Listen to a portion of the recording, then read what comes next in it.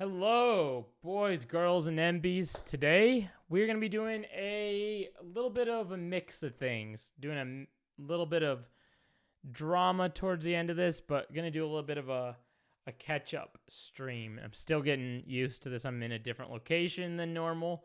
It's kind of daunting with a camera right here at eye level. But, yeah, I'm going to hop right into what I'm going to be talking about. So I'm going to do a little like catch up / just talk about stuff segment, and then I'm going to move on from that and get right on over to a couple different things. So the Drake Bell Quiet on Set segment, Drake Bell reflected on that. So we're going to go over that. Watch this. I saw this video that, God, dude, this video does not get out of my algorithm. It's called I Lost My Job to AI this week. We're going to talk about that because I think there's a lot of, we've been having an AI conversation a lot lately on this stream. And then we're going to get over to this video, which popped up my feed now 2 days in a row, and I felt compelled to talk about it because I'm from Chicago. The Methodical Plan to Erase Chicago. I don't know who Stuart Hicks is or what anything about him. So it seems like a very interesting title.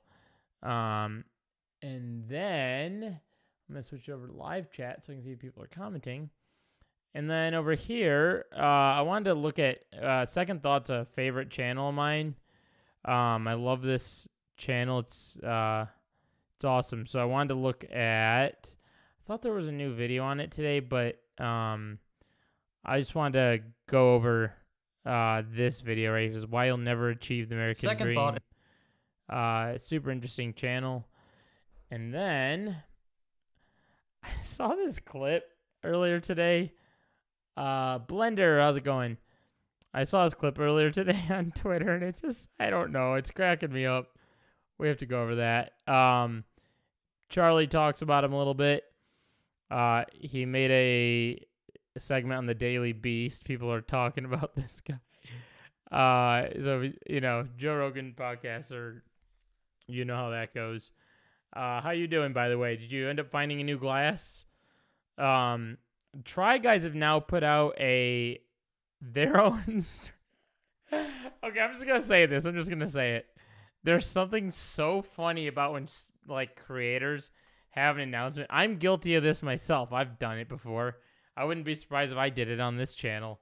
And I don't think there's a better way to do it, but it's something about like changing your setup and sitting in front of the camera with this like, all right, got an announcement, and having this very like monotone voice about it, or even if it's not monotone, it's very like firm voice. I don't think that will come from the Try Guys. I think that will make this a little bit different. But it's giving Watcher.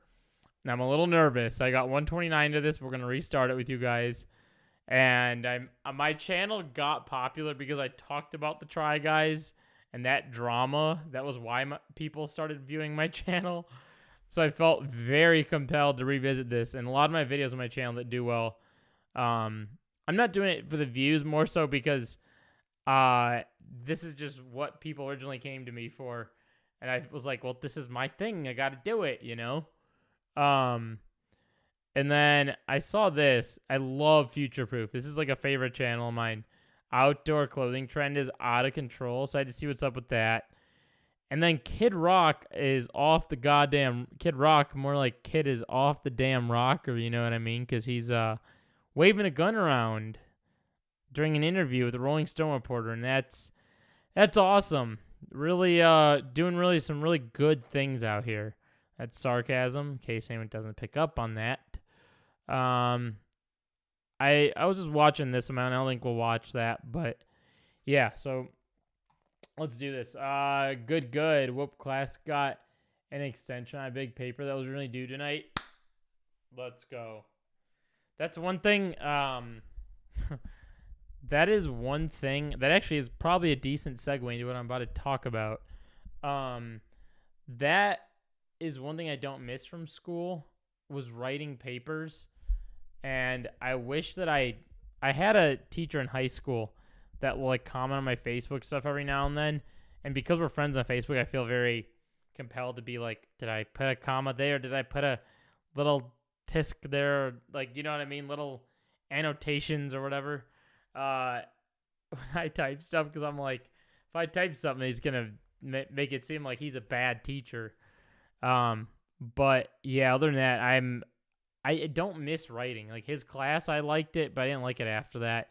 And I wish I did, because the people that were really good at writing, and I'll say this because I don't know if anybody on this channel knows this, but I knew Danny Gonzalez back in high school. Him and I went to the same high school together.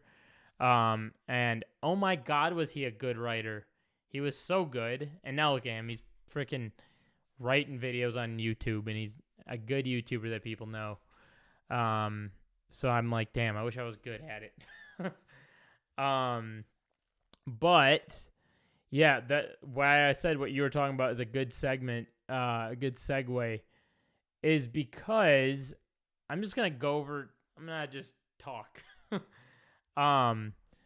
But I was gonna talk. I wrote some notes down here.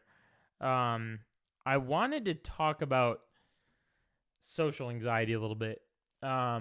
Because I feel like it's a thing that we all deal with, and what you talked about there with your paper.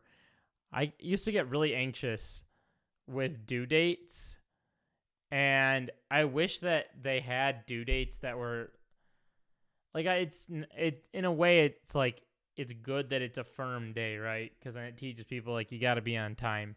But something with a paper, I feel like we all write at different levels. Nowadays, everyone has like, I'm not saying you, but I'm saying nowadays a lot of people in general are just, they have a lot going on, and they have ADHD. There's like different things that play a role in a due date. I wish it was like you had like a week of time. You had like between, September 1st and September 10th to turn it in or something like that.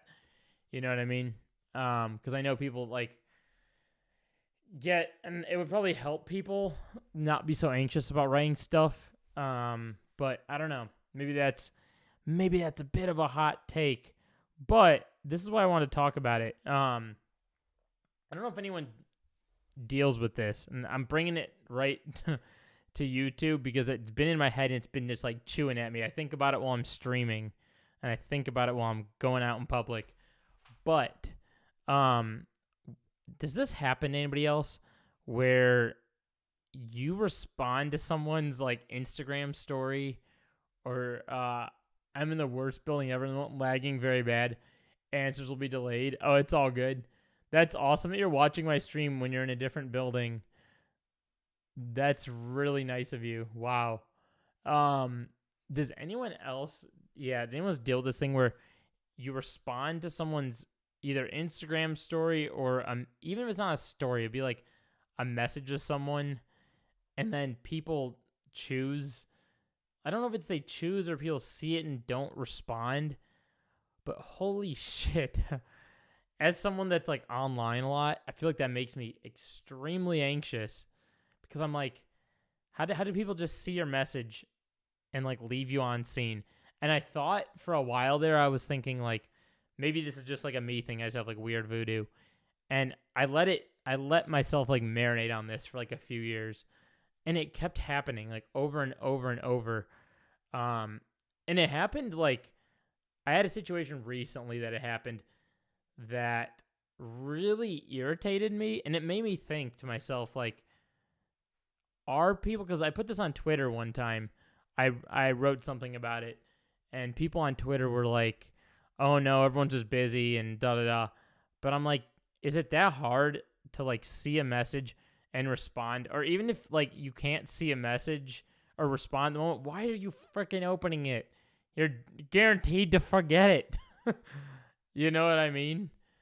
You're in one of the campus dining halls and it's just so bad. Oh my God.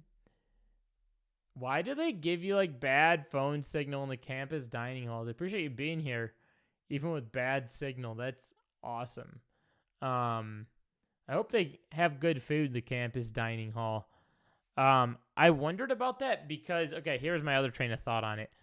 Has anyone else ever been in like a social situation where you're talking to someone and you say something and for some reason that person just doesn't fucking respond to you like face to face, and it's like, and I've thought about this a couple times. The one time I've had it happen like a handful of times, and I'll say something that definitely could have an answer to it, right? It's not like I'm just like, all right, see ya, and then they're like, like I actually have something to say.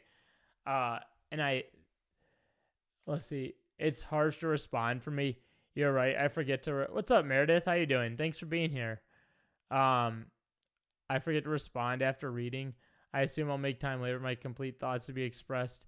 Yeah. So I and the understanding part of me with that is like, yeah, people forget to respond after reading, and it's understandable. But I've said to a lot of my friends, if you're the kind of person that does that, I think it's okay. I think it's fair for me to say that you should at least later on in your day or another day, even if it's a week down the road, respond. And last time I said this, or like go back in your messages and just make sure, like if you're the kind of person that knows you do this, go back in your messages and like, I don't care if it's a week ago, just like leave that person a response, like, hey, sorry, I forgot, or like something, right?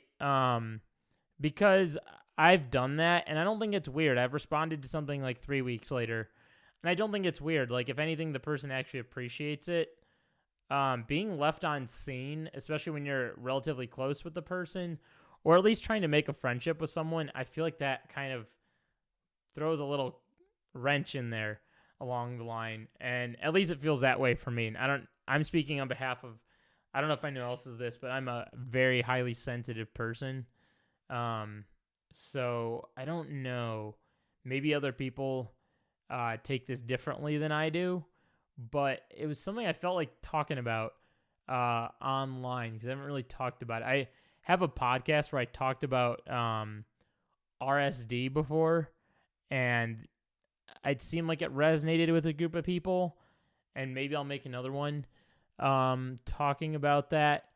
But yeah, it's very odd because I kind of started to notice that the people that didn't respond, it was like if they didn't respond and then I responded to the story and I saw a scene again, I would start to like not communicate with this person anymore. And then as a result of not communicating with them because they couldn't respond to me, the friendship just gets totally dissolved. And then I'm like, sucks, dude. It's like one less friend. And I don't know. Maybe I'm too empathetic. I'm just like in my mind thinking I want to be like friendly to everyone and be a person that can like, I don't know. Everyone's so damn divided. Everyone has so many different like problems and why we have to avoid one another. I'm just like, I don't know. I just want to be nice and help people out. That's all I want to do.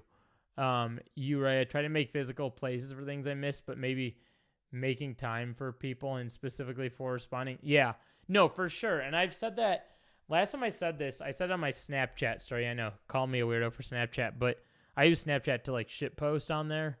That perspective is a benefit to help me be a better friend in the long run. Aww. That's really nice to hear. Wow. That's really nice to hear. I'm glad I could help you out in that part. Wow. Yeah, I'm glad I'm talking about this. So the reason I got chewed up on Snapchat for talking about this, is because people were saying, well, someone said to me, oh, don't tell me what to do. And then another person said, oh, that's weird if you respond 3 weeks later. And I'm like, no, absolutely it's not. Like, okay, here's why I say that. Because sometimes people will message you, not just because they want something from you or because they need something from you, or even if it is, sometimes like we lack a lot of like social interaction nowadays. I noticed this specifically after COVID, and I myself was someone who pre-COVID was extremely extroverted. Like but pre-COVID would not be streaming at all. I would be busy. Like I would maybe, or even if I did stream, I would go to a show after that and stay out till like 2 a.m. and come back and then do something at 8 a.m. again. Like I was just like da da da da da da. I became like more introverted during COVID, and so I was like introvert extrovert, and I kind of teeter now. I try to stay extroverted, and this is a good segue into what I was just gonna say. So, like I said earlier, I've had it where you talk to someone face to face, and then they're like, you'll say something, and then the person will just be like, and you're like, huh? Like, huh? I had this happen to me like 2 or 3 times. I think it was last week, and I was like, is this me? And don't get me wrong, this isn't me like shaming anyone by any means, because I get it. Some people are like really socially anxious, and I've heard this take from people where they say like they want to respond, they want to say something, but they just don't know what to say. And I don't know if it's like freedom from bad connection, you're caught up to live again. Let's go. I don't know if it's like, the way I take it is that it's like a me thing, and I kind of get all awkward when someone doesn't respond, especially like face to face, and it makes me feel weird. Like the last few times it's happened, it's made me almost like not want to go hang out or like be around the person again, because I'm like, like am I making them feel that way, that they don't want to respond? But I'm not having any like vulgar conversation or anything that's like intense or deep or whatever. We'll just be talking about like surface level things. We'll be like what you're doing over the weekend or something like that. But then it'll just be like, and it almost feels like an online, like being left on scene thing. But the reason I'm bringing all this up, good news, Blender. Yeah. The reason I'm bringing all this up is because I'm trying to get a better understanding on, and I'm not by any means like a doctor or professional or anything on this. I'm just sharing my own thoughts on general social anxiety, both online and offline. And what I shared, there's just one very small aspect of it. I believe I wrote down a note. This is another one. So another thing about me is I don't drink. I've never had a sip of alcohol. I'm 28 and never had it. And that's not me being against it. If you drink, great. As long as you're not hurting other people, you're being safe about it. We're on the same page. We're in the same boat. But obviously people get drunk. It's a thing, happens, whatever. I get it, right? I'm not offended by it, but this is where it becomes an issue for me. And I think it's because of social anxiety. I've been, and I'm sharing this because I hope this resonates with somebody, and that maybe even if you do drink, you've seen people like this, or maybe you don't drink and you experience this too. But I've had this happen now 2 times, maybe a 3rd time, where I get invited to a party by a good friend, mind you, someone that knows me very well, and I get there, and the vibes are cool for the first hour and a half, and then the drinks start going. I have a friend like that. She sees my messages, but answering is seen as a task by her. Not easy for her to do tasks, so I don't get answers for hours or days. I hope she at least responds. Yeah, that's a thing. I don't know if it's okay. Like, for certain people, it's okay to be used to it, I guess, as long as they respond. But to be getting used to someone not responding to you is where I have an issue. Unless they're open about it, unless they tell you up front, like, hey, I'm not a good replier, which it seems like Meredith here was admitting to, saying like, hey, I'm not a good replier, but I'm willing to like help better myself here, you know? And that I think is true. Like, I think that is like the best you can get right there. As long as you like acknowledge that you do that, then you can like make efforts to be better. That is, I think, healthy. I think that's good. You've had a conversation about it. Okay, nice. Yeah, that's okay. That's good to know. But what I was gonna say is so about the drinking thing, I've noticed this where I walk in about after an hour and a half, the vibes will be weird because all of a sudden people get drunk and start drinking, but then everyone's kind of in another world from that point on, and they're sort of like ignoring me in a way. Like the conversation we were once having, I can't have that conversation anymore, or I can't socialize with the person anymore, because then everyone's like bouncing off here and going there and there. And I get to this point where I'm like, all right, I'll just go talk to someone else. And you talk to someone else, and that person's like, yeah, da da da, and and then it's like, it's the typical party vibes, right? Like typical, like, that's just how it is. That's just life. That's how it goes. But I've noticed I have to like walk out. I have to completely leave. If I don't leave, I've tested this because I've stayed. There was like, I got lots of being social, having a blank response to people IRL during a combo. Drunk vibe versus sober vibes don't mesh the best. I felt that on both ends. Trying to keep you on tasks. Yeah, I was answering Blender's question. Blender was appreciate it. I was answering Blender, I think was in a bad connection area. But appreciate it. Yeah, share your thoughts. Any thought, if you feel comfortable sharing any thoughts on it, let me know. And for the record, I talk about it because I think it's very common nowadays, like more common than ever. And I don't know if it's because more people are open about it, or because I have access to the internet and I hear more stories on it, or because I'm talking to more people about it, maybe. And maybe that's why it feels more prevalent. But I noticed that like the older age people, you don't hear them talk about it. They will actively be that, but not admit it. And it's interesting, but I think there's a lot of things at play that make us like this. I mean, I'm sure you've noticed it happening to me as I'm talking about this. I'm like, I'm in a room by myself, but I'm talking to people.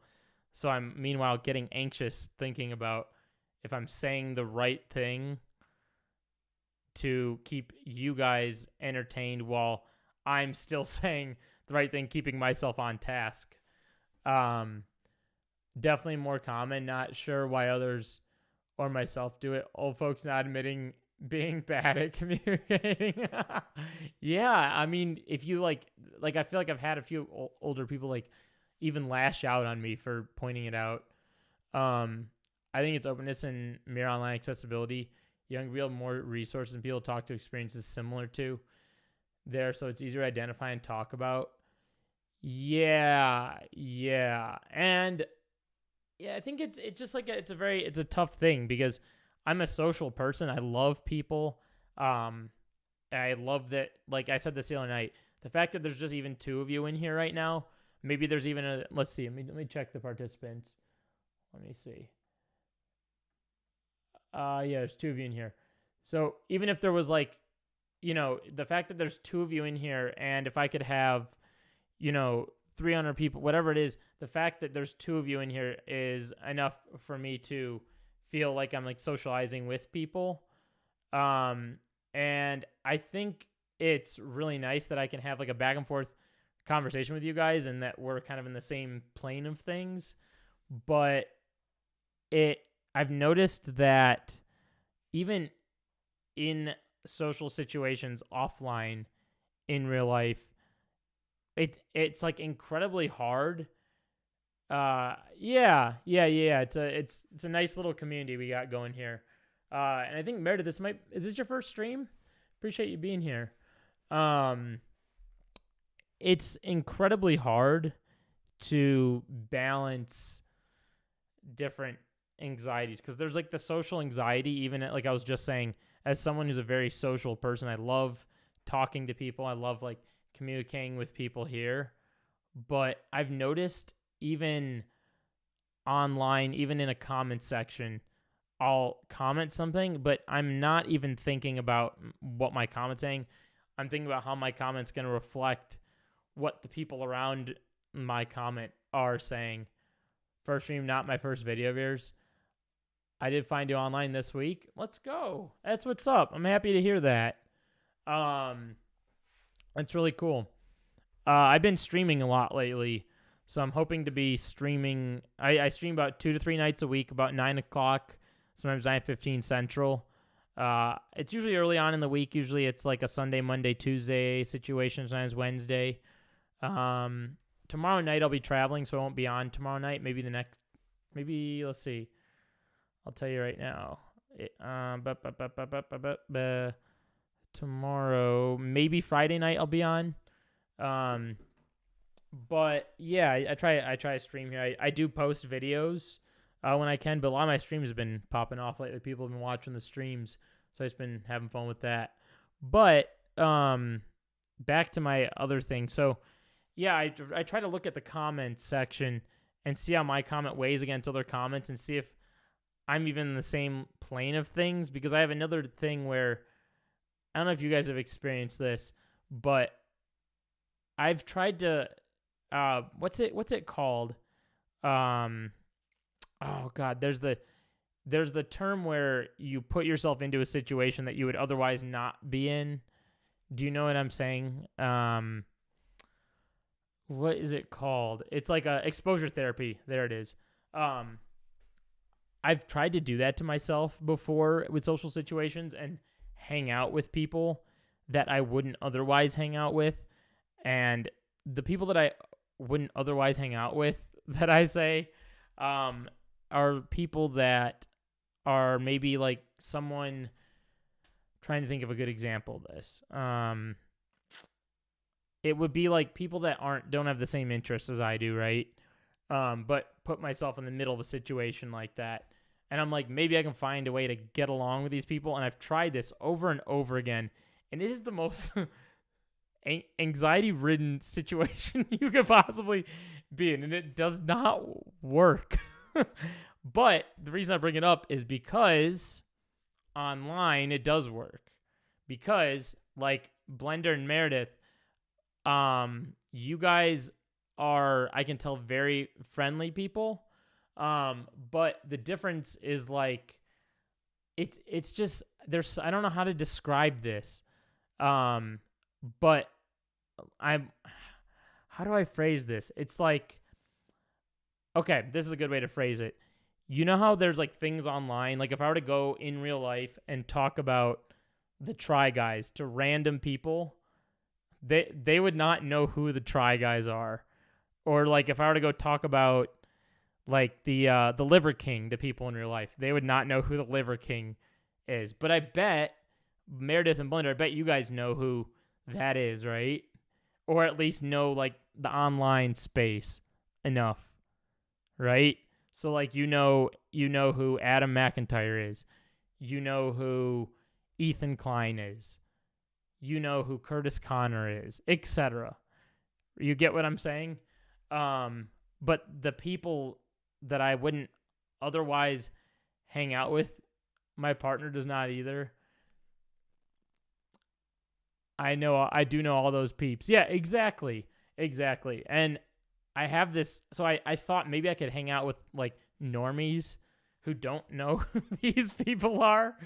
And yeah, it's odd. It's very odd because I just thought that like I work with a lot of people that are normies, but I've noticed this thing. It's like a threshold. And bear with me as I get through it. It's without me explaining what I just explained, it doesn't really make much sense.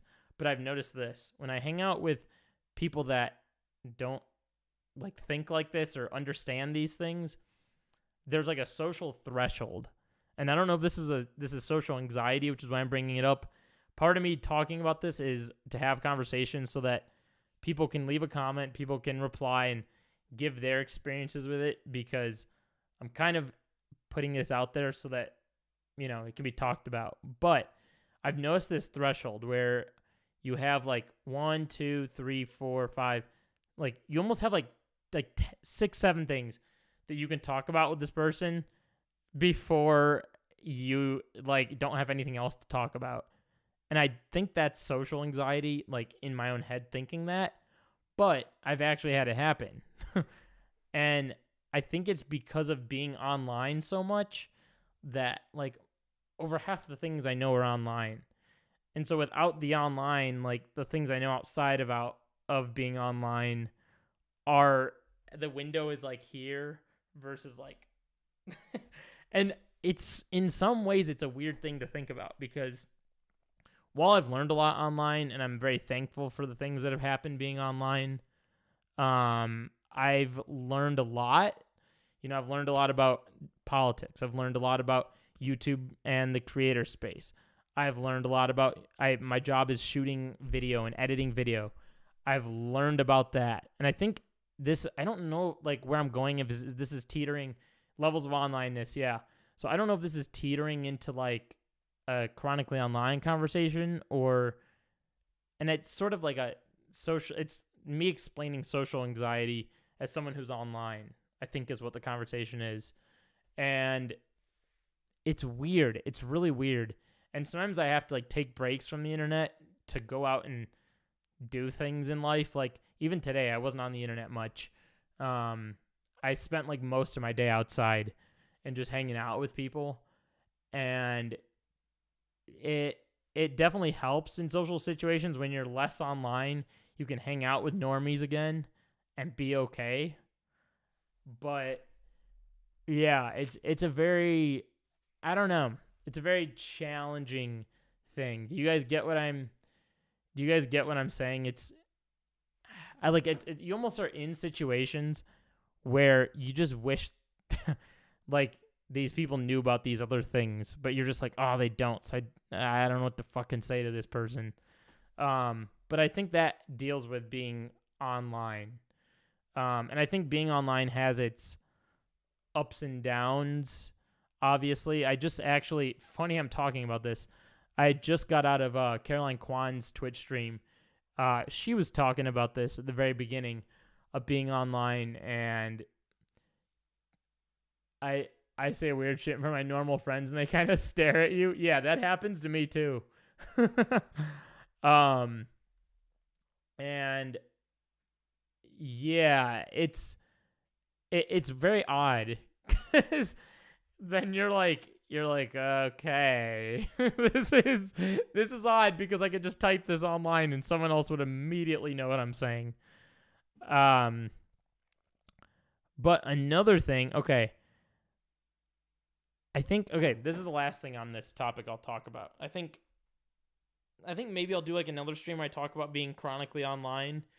Maybe I'll do that at the start of next stream or something. Because that's a whole nother conversation. But I want to talk about this. And I think this might resonate with a lot of people. And I want to make my stance on this pretty clear because I see a lot of people having anxiety around this. And it took me a while to overcome this. So I hope this helps people. But as someone who lives in... how do I put this without doxing myself? I always have to figure out ways to not dox myself on stream. I'm in a town that I'm not religious myself. If you're religious and believe what you want to believe as long as it's not hurting other people. But I'm in a town that is religious, and due to that, I've noticed a lot of these people are getting married at early ages. I filmed one of my friend's weddings. I think he was 23 when he got married, 22, I think. And I've noticed this trend with people from my town getting married very early. And I think, one, getting married is a privilege because it costs a lot of goddamn money for that. But also, I see this happening like online, and I think because we see people at getting like engaged or getting married like more often online, it makes people think that like over time, if you see it enough, and it's not like a thing to blame people for, because as a human, you naturally see it, and your mind, just the way human brain works, is like, holy shit, I'm not there yet. I should be there. I should be like that, right? Because then you start looking at the things this person has done and how they got to where they are and why they're married and all these different things. And then all of a sudden you're like, well, shit, I haven't done any of that. Or like maybe you have done some of it or you haven't done this part of it. And I think we see it more and more online because I've been in a lot of forums and I've been talking to people in real life about this. But I've noticed that there's like, how do I phrase this? I've noticed that there's people who look up to that, like that should be their standard, I guess. And I'm like, to me, the way I view it is like everyone's at their own pace in life. And I think everyone's trajectory of life is different. I've came across some TikToks recently, or I even know people in real life. Like there's a guy that I work with who's, I'm not going to say his exact age, but he's older than 50 and he just got married. And I was like, sick. That's fucking cool. And I think we all grow up with this. I think it's different for depending on your gender, maybe. What, different expectations around it maybe as far as like your gender, but there's like a certain societal thing there that we all live by. Where like, you go to school, you graduate, and then after you graduate, you have to get that job, right? And then you meet someone, you get married, and you have a house, all these different things. And I think all that changes now because I think the economy is just a lot different. We're in an economy where everything's freaking expensive as hell, like everything across the board. It's like not as common for people to have a house. It's not as common for people to want to get married because weddings are so expensive. And I do see people like getting guilted for that. And I don't think that's right because not everyone has like the money. Let's see. I feel like my chat's not loading. What the hell? Oh, because I hit top chat. There we go. But yeah, so that's, I don't know. I guess my overarching point here is that if you are listening to this, everyone moves at their own pace, and that I don't think you should feel rushed or feel like you should be at a certain point in your life or whatever.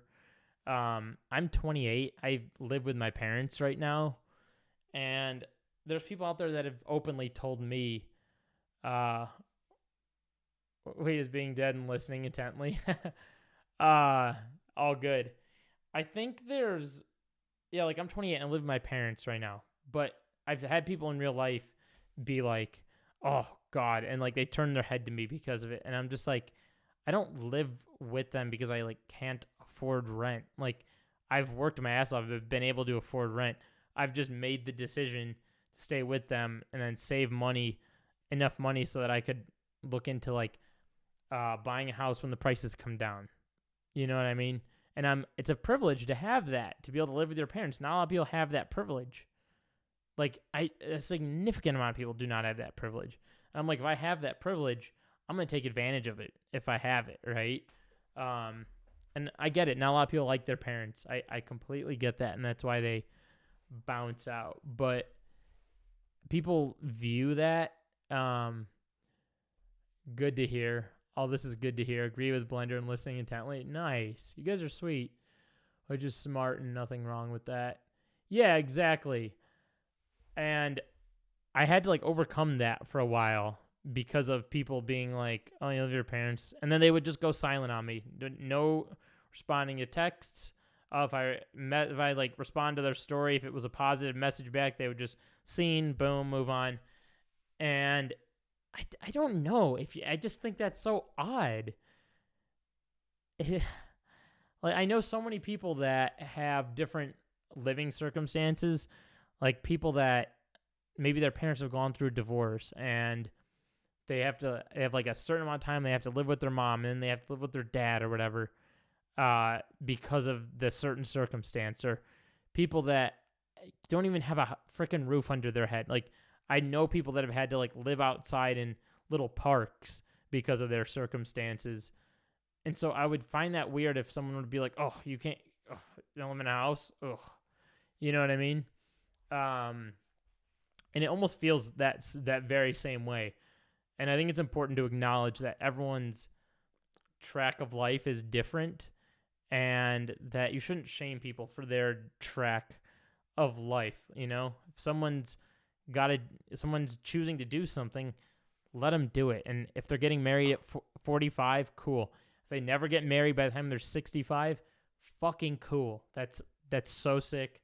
Like, let people be. I think that is also another thing that divides people.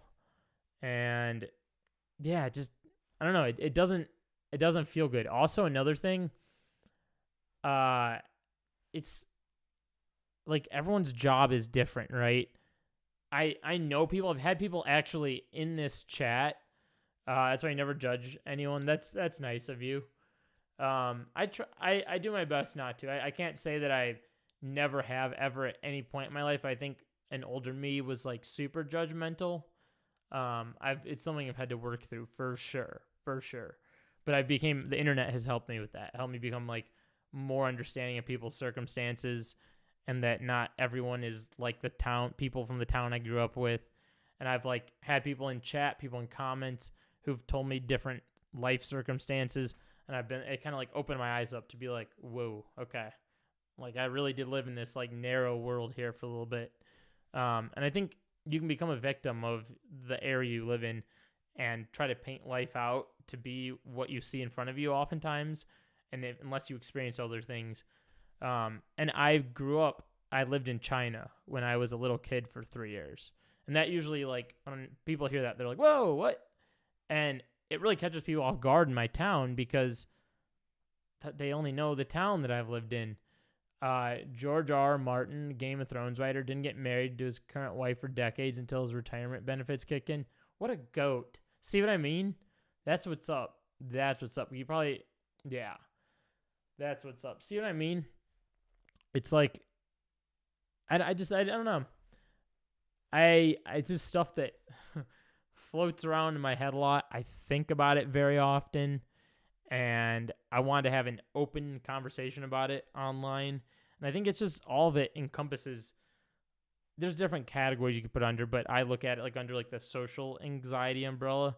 Because also, here's another one. Here's another big one. People I've seen this from I don't know about you two, but I've seen it from past live streams I've done on my other channel, but on my skate channel specifically. But people have said, oh yeah, I'm like 34, I work at the local coffee shop and blah, blah, blah, blah, right?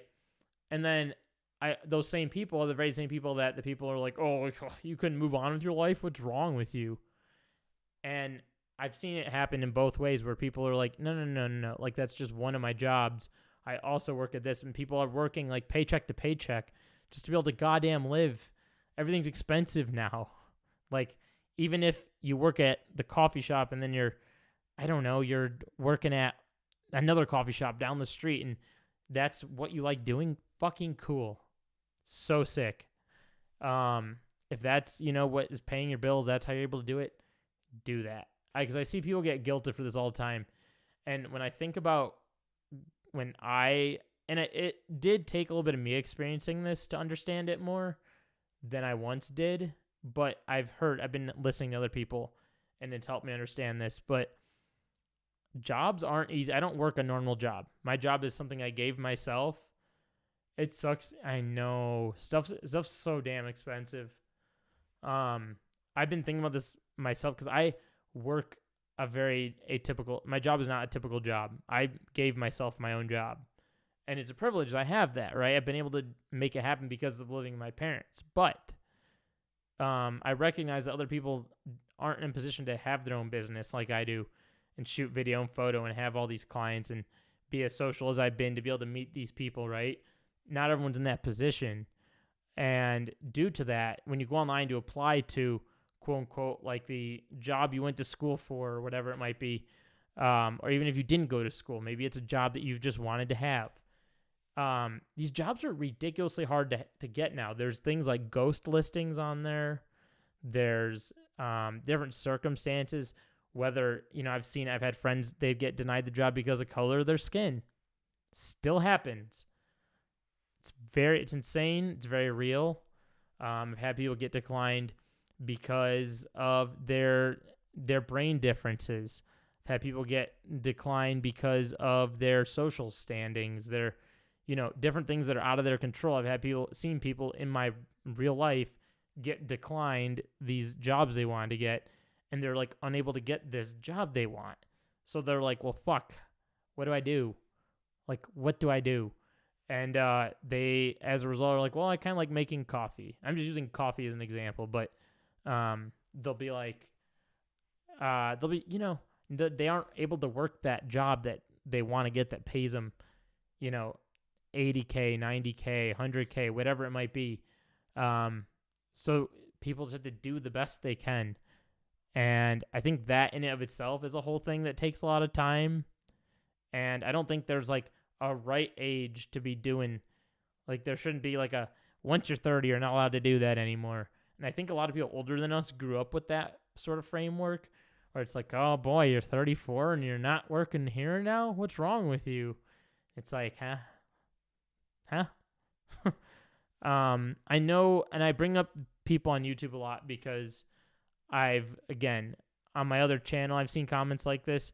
I have a video where I talked about like building a skate setup, and I've just seen people like leave comments, like very honest comments, and been like, look, I'm 30 years old. I work a job where I have to pay for my kids, but I was thinking about getting the skate setup. Do you think I could get it for under $50? It's all I have left after my job, that blah, blah, blah, blah. I've seen it in live streams there. I think there was a live stream I did once here where someone was in here telling me about this. But yeah, I wanted to kind of cover that a little bit to say that, because I haven't seen many conversations around it online. I've like of people saying what I was just talking about. I found a video. This pissed me off. I found a video yesterday, and I think I might have shown it towards the end of stream yesterday. I can't remember if I did or not. There was this guy being like, oh, it was like a super like muscular looking dude. He's like sitting in a chair. He's like sitting at this angle. He's like, yeah, those kids, they just can't get jobs these days. And like, he was like getting all firm. Like, I was like, oh my God. And I think it's I don't know. It's weird. It's weird to see a grown man guilting people online for this. And I don't think people should be guilted. Everyone is at their own track. Everyone has their own ways of life and their own things they have to overcome. And sometimes it's sometimes even out of people's control to even overcome those things. And that's okay too. I have friends that have moved out of America because they hate the circumstances here. I have like 5 friends who've done this. One of them I was messaging last week moved off to Italy. Got sick of America and was like, off to Italy I go. Where did I have another friend? I had another friend move to, was it France? One of my friends spends half his life in Spain because of it. I went to Spain one year and the stuff was cheap. Food was cheap there. It was awesome. I got like a week's worth of groceries for like $25 or something. I was like, I think I'll be back here soon. It was great. I loved it. My friends want to leave the U.S. but want to finish their education first. Yeah, and then that's another thing. Maybe I should do another stream talking about that because I don't want to dig into that now, but American education, not great right now. I mean, sure, there's certain universities, but it's like select places that my education was absolute trash. It was worse than the education I'm giving you guys right now. It's a joke, but my education was not great. It was pretty bad. But maybe that's a conversation for the next time. But should we dive into this Drake Bell situation here? Should we talk about that a little bit? Hopefully you guys enjoyed this little wow, 49 minutes in. Nice. All right. Did you guys hopefully everyone enjoyed that. That was so expensive, but the place I'm at is pretty good. I'm very blessed to be here. Where are you? Not where. Tell me your address. No. What state are you in?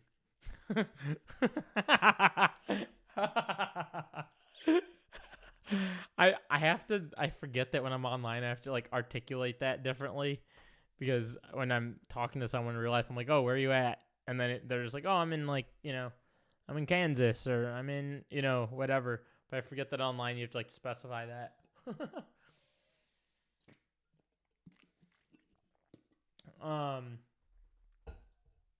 Yeah, some states, Oregon. Dang, you're lucky. You are lucky. You are so lucky that you found a good place and sounds like probably pretty good rent. Oregon's beautiful. Was it Sam? I think Samwich on her stream recommended a place on let's see. She recommended a place in Oregon that I forgot to look at. Hey, look at this.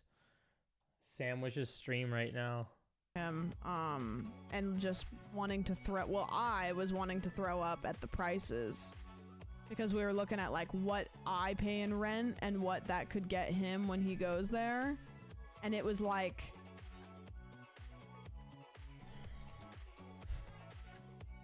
I was like, this is disgusting. Like, I don't.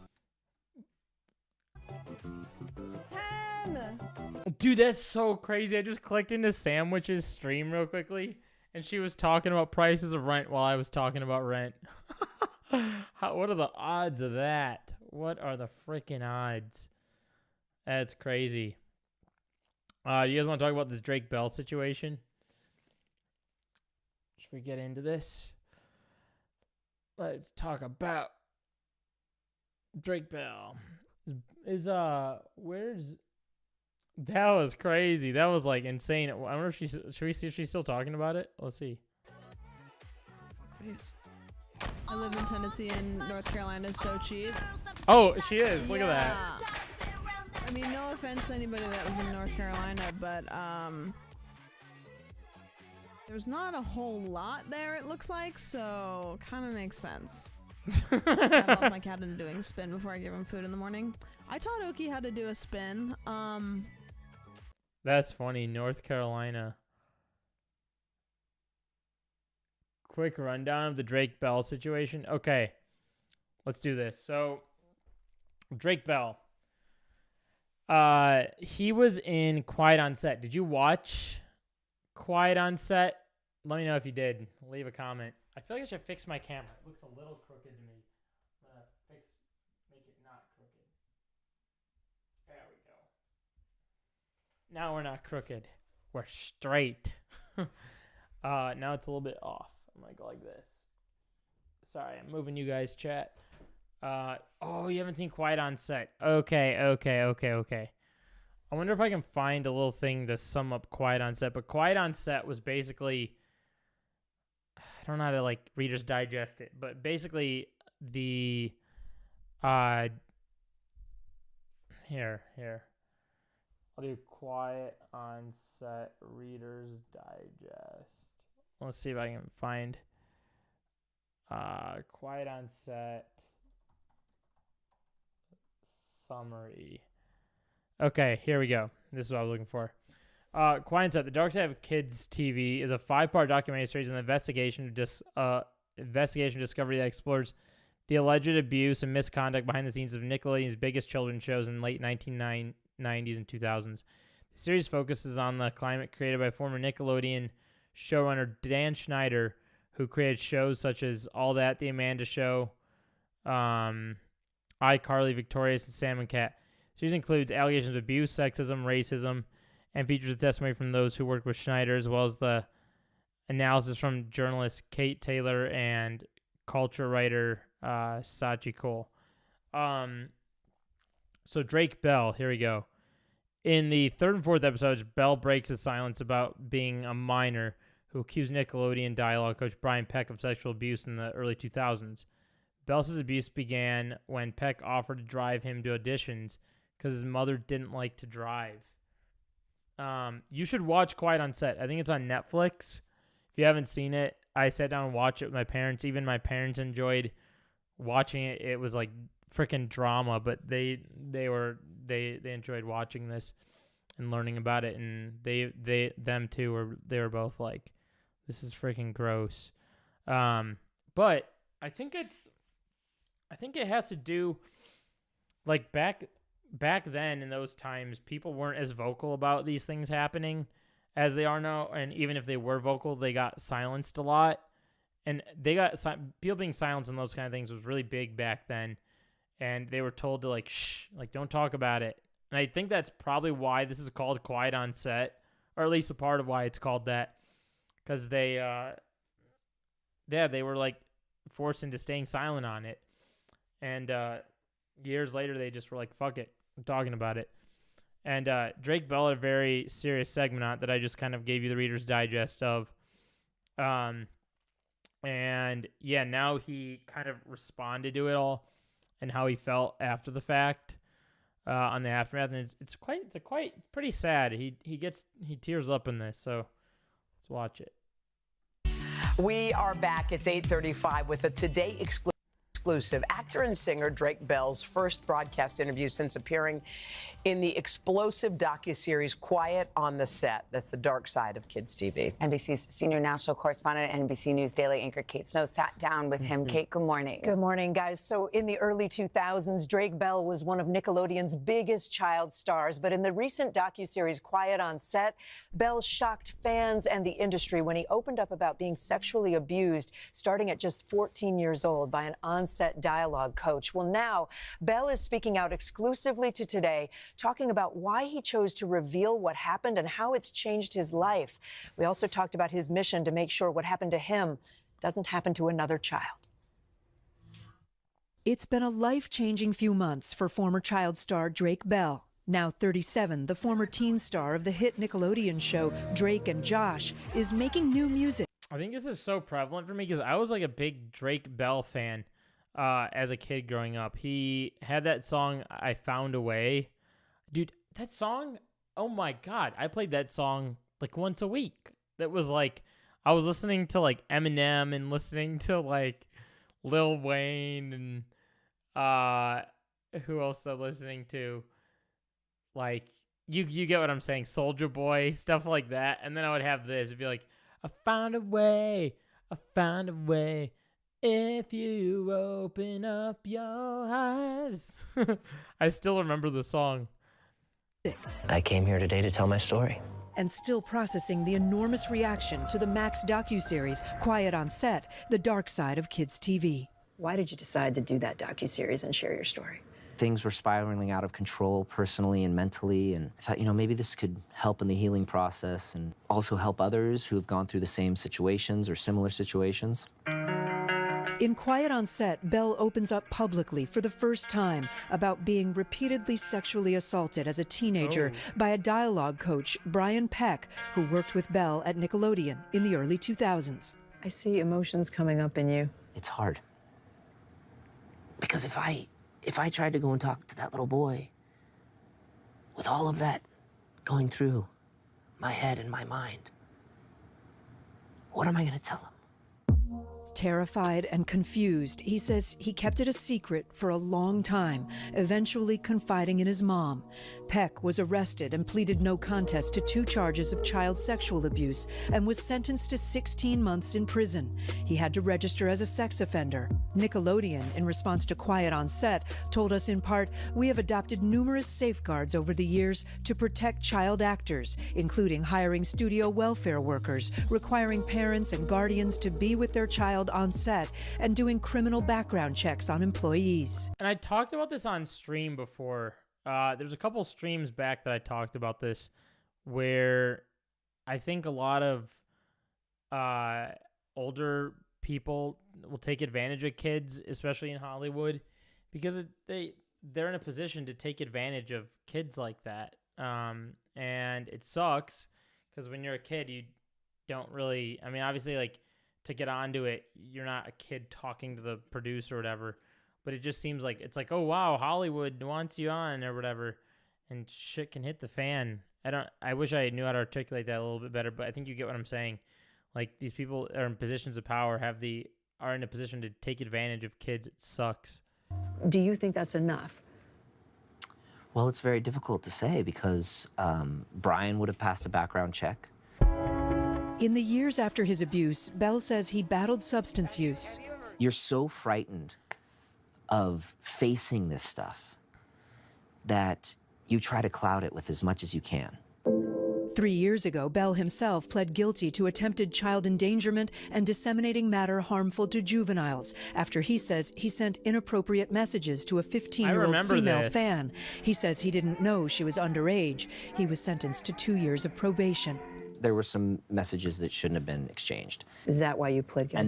And that's why I pled. Interesting. Yeah, he pled guilty to this, but I remember when this happened, and I thought to myself, like, I don't know. I've never really understood, how do people get in these situations where they don't know someone's age? Like, how do you get there? Like, what? How? Guilty. But once the age was revealed, that's when I stopped communication. After going to rehab last year, Bell says he's sober today. He's moved to Mexico City, where his music career is booming. This fall, he'll release his 6th studio album, where he writes about the darkness of his past and turning it into light. What I've learned is that you're not alone. That's something I lived with for a very long time. I was thinking that I was alone in this. And now I get to see all of that in a clear picture. And I get to go back and talk to that little boy. What do you say? What do you say to that little boy now? Oh, it's so sad. Now I'm able to go back to him and hold him and tell him, you know, it's gonna be okay. It's so sad. You're gonna find strength. This is something that happened to me. This isn't me. Bell and his ex-wife have a 3-year-old son. Was part of your motivation speaking out because of your son? Yeah, and as he grows, my hope is that he'll be able to say, yeah, my dad did go through that. And the man that I know today is a hero to me.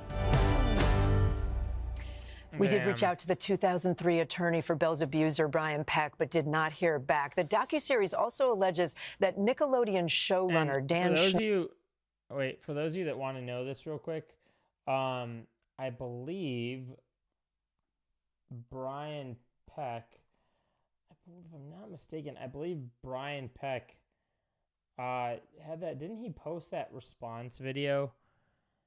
Brian Peck response. Or was it, who responded? I thought it was the other guy, quiet on set response. Who was it? Let me see. Quiet on set response. Let me see. Oh, Dan Schneider, that's who it was. Dan Schneider talked about quiet on set. This was not a great video. It was right there. But let's go back over to that real quick. All right, bam, we're back. Schneider was verbally abusive and created inappropriate content. I asked Bell if he's still friendly with Schneider or if they've been in touch, and he says they have. Bell says he never witnessed any of the behavior described by others in the docuseries, and he has described Schneider as being the one person who supported him when he took on his abuser. Schneider has since apologized and denies many of the allegations against him. He is suing the makers of that docuseries. Jesus, that's crazy. It's incredibly courageous for him to come and tell this story. And to talk to us. Yeah, absolutely. Yeah. What is his hope now? He obviously has a flourishing music career. What about acting? Is he kind of soured on Hollywood? No, he actually says he would be interested in acting again. He also is interested in directing and producing. You know, he's in a new chapter. As you say, he's very popular in Latin America. He's also touring in California in June with his music and really hoping for success with that album. Well, we wish him the best. We do. Kate, thank you. Thanks. Yeah, that's freaking wild. But I might skip this. I lost my job to AI story tonight. Might save that for another stream because it's an hour and 4. Maybe we'll watch just like a little bit of it real quick, and then we'll continue it in another stream. In their life and the background. I don't know if anyone does live commentaries anymore where they talk about something that's I just have a hard time watching video game commentary. I'm very curious what the guy had to say. happened in their life, and the background is, gameplay. But that's what this is today. So, something a bit different. It's still Halo gameplay, as you'd expect from this channel. But the topic of discussion is that I just lost my job. And I lost it to AI, which is very unfortunate. I think many people joke about the fact that, AI is going to take all our jobs and we're all going to get replaced. And especially within my industry, which is graphic design. My job, I've been a graphic designer for the past 8 years of my life. And I've worked at this specific company for 6 years. You would think that being one of the longest running employees, being there 6 years, having a wage increase almost every year and being very much valued because I was the only graphic designer left, you'd think they want to keep me on as much as possible. I mean, I barely was allowed to take holiday because I was the only designer. So if maybe we'll get back to this. We'll get back to this in another stream. It's definitely an interesting story. I do want to hear it because it's been all over my page. And look at this, 722,000 views on this. Crazy. But I'm curious in this right here. I'm kind of having how people do like a Sunday, people do like a Sunday fun day. That's kind of how I'm treating this stream. But let's see here. Okay. Yeah, let's hop over to this. Hilbersheimer had gotten his way. A small fragment. This is the methodical plan to erase Chicago by Stuart Hicks. See what's up with this. And then we'll get over to the Try Guys stuff in a little bit. Chicago, or at least is what would be left if urban planner Ludwig Hilbersheimer had gotten his way. A small fragment of it was built, but not in Chicago. It's in nearby Detroit, and I have to say that it's actually a pretty beautiful place. But looking back, the scheme does away with almost everything that we might value about the city today. It erases every landmark that makes this place unique, and it replaces them with unevenly dispersed, self-sustaining, and self-similar island settlements. Fundamentally, Hilbersheimer believed that the form that the city takes actively shapes how people inside it see themselves and how they relate together.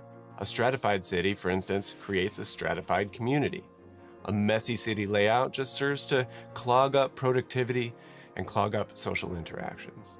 Seen in this way, shaping settlements and cities is one of the most important human experiments there is by directing and supporting the economic and social life of everyone. That task should obviously not be taken lightly. All of it must be designed.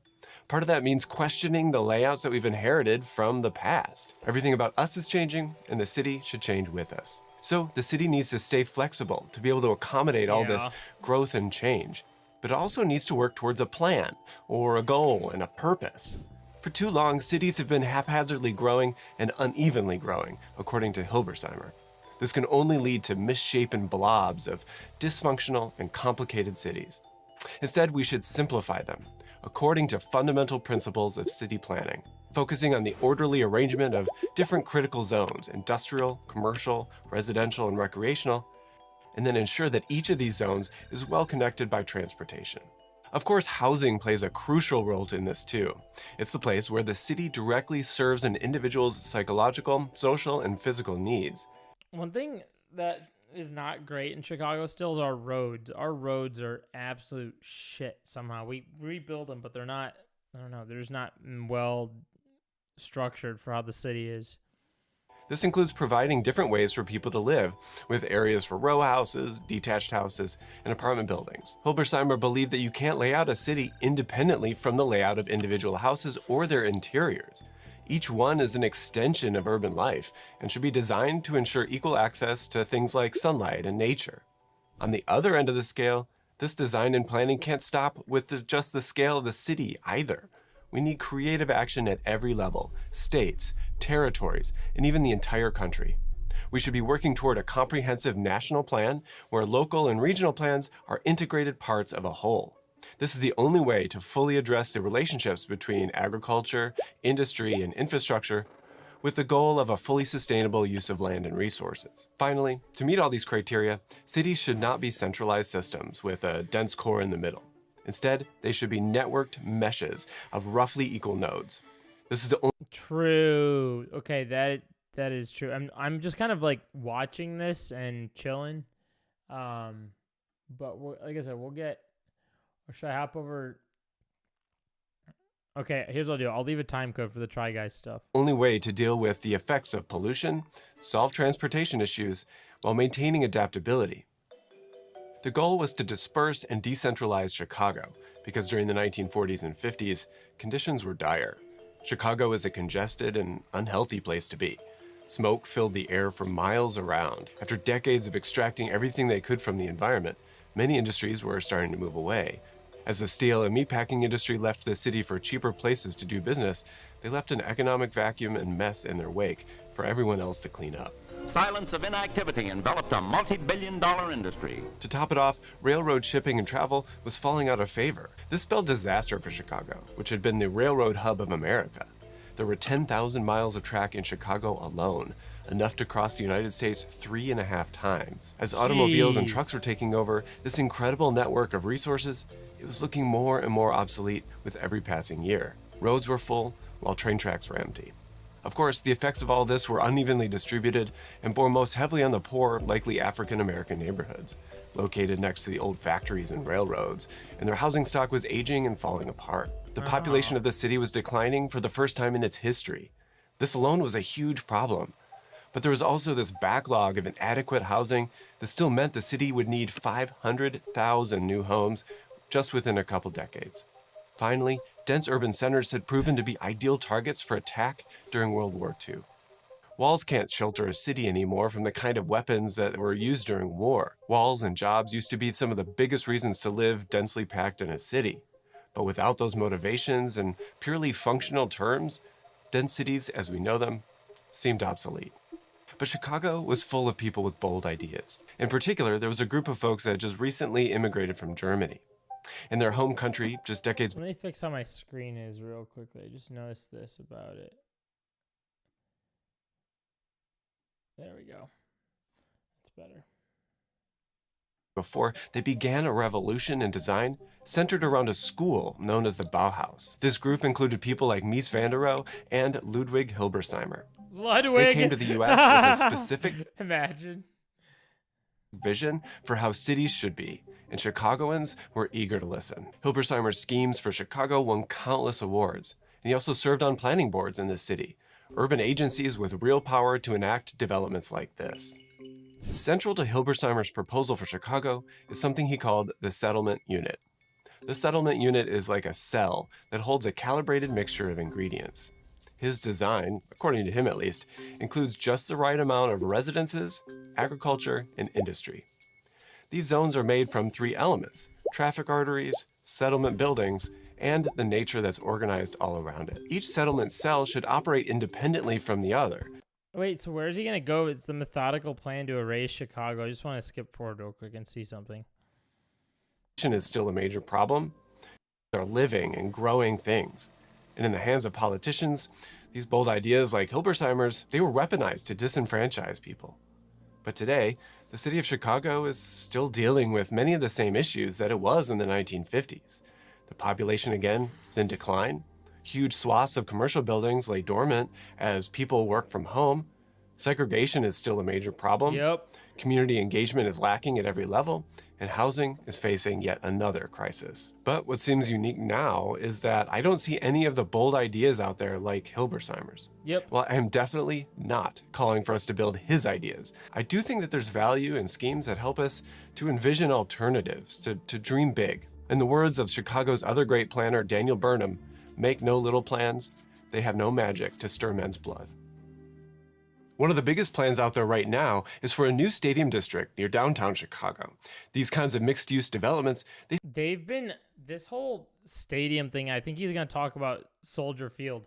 They've been talking about moving Soldier Field all these different places and making a giant stadium and all. And it's just like, dude, just leave it alone.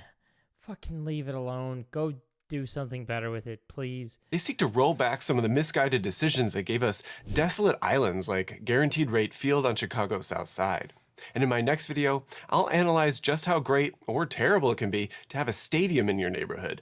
And this video is available to watch right now on the streaming platform Nebula. On the streaming platform. Should we segue over to Try Guys real quickly?